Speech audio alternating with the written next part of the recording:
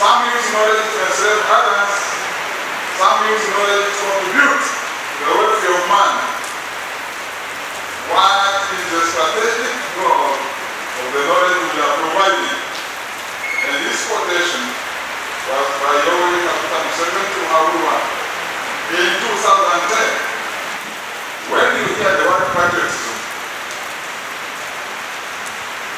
what do you perceive of it? Thank you, sir. Other people feel it's more of a military thing, it's a soldier thing. Oh, thank you. Now, for example, that a place where some are rich and others are poor. That is what some people say. Patriotism is only for people who belong to any area. We all need to be patriotic. It is an ideology of national meaning. Every citizen must be patriotic. Why? Because it raises the usefulness of an individual to our country and therefore addresses the individual's sense of national responsibility.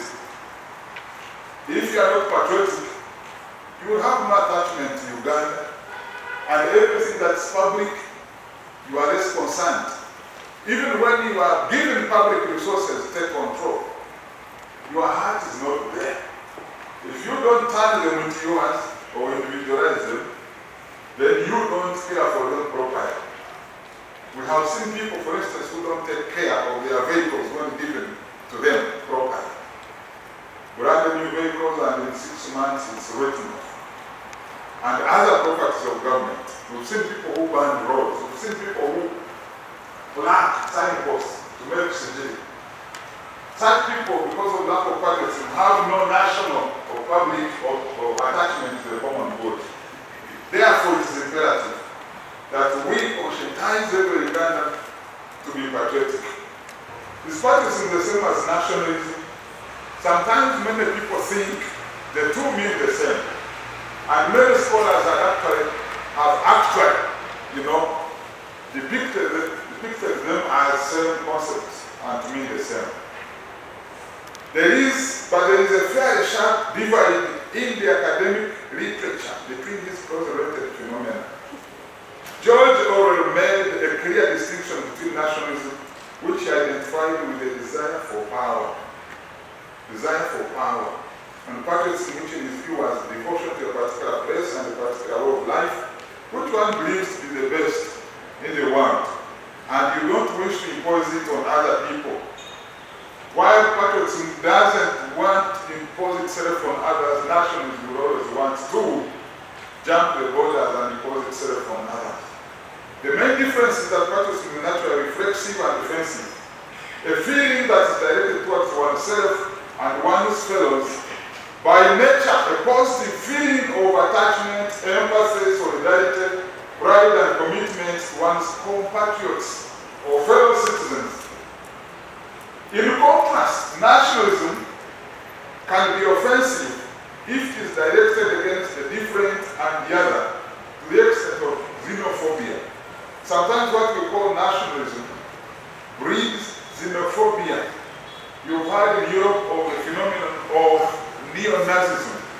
Neo-Nazism is extreme nationalism, the love of our own blood relations, and wanting to extend that love beyond the borders, to even encroach on those you think belong to you according to the blood, and put them on your side. So that's nationalism. While patriotism does not want to look beyond the borders, it looks at its own people, whether they are of different blood or ethnic origins. Look at Uganda, 65 different ethnic groups. So how do you enforce nationalism in 65 ethnic groupings? What applies here should be patriotism. We are the same in our different natures, ethnic natures, and therefore we should love ourselves that way.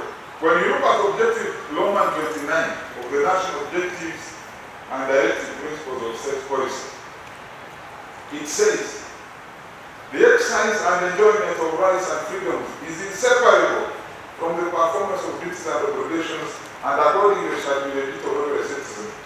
2. Be patriotic and loyal to Uganda and promote its well-being.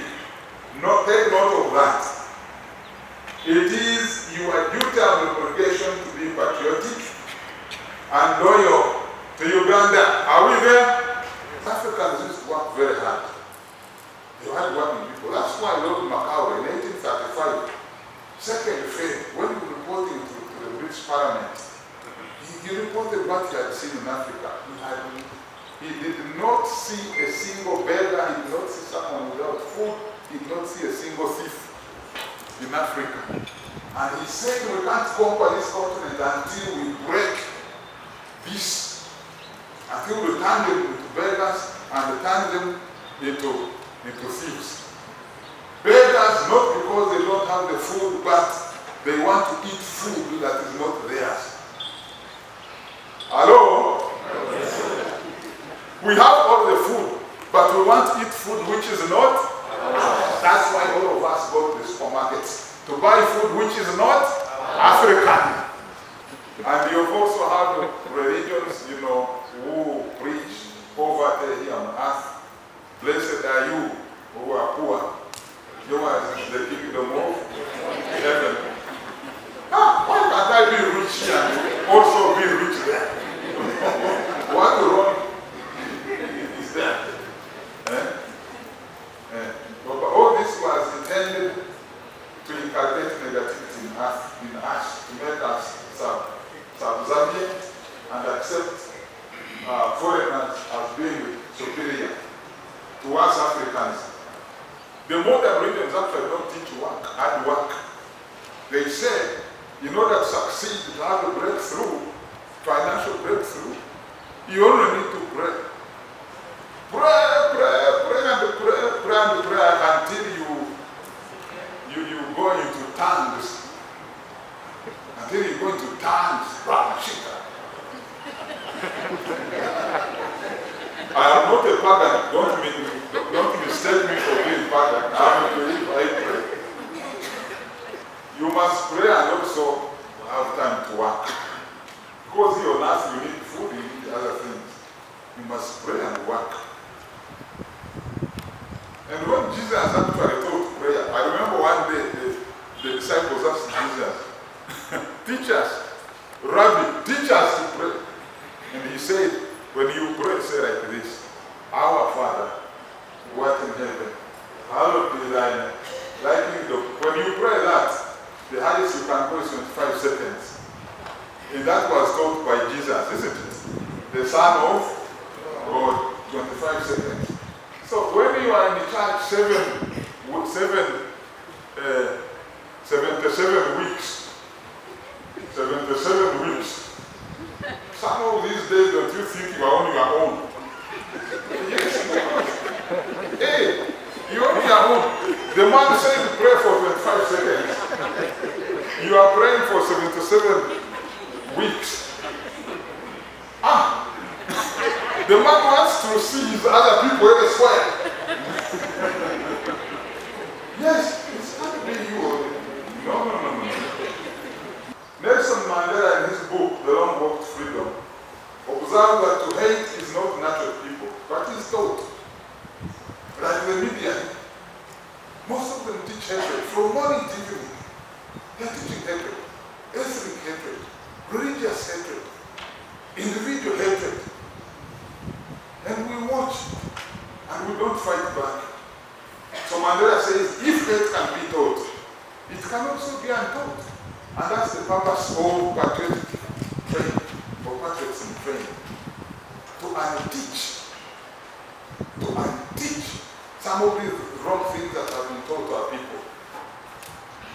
To unteach and reteach good things. A security force which is not patriotic is a liability to the nation. I will say this again. A security force that is not patriotic becomes a liability to the nation. It is security that promotes socio-economic transformation. It is security that enables democracy to be practiced. It is security that enables other things to be done in any country. Let me end here by concluding that patriotism, the love of country, is a progressive ideology for national consciousness and the patriotic spirit which we all need. And it must be inculcated through a protracted and purposeful program. I know these days you send people to Champazi, you send some few to Kawaweta, but is that enough? We should do more. Let's understand what this means. Let's embrace this program so that our country can change. For any country to progress into the first world, patriotism is critical as builds positive mindsets, ID,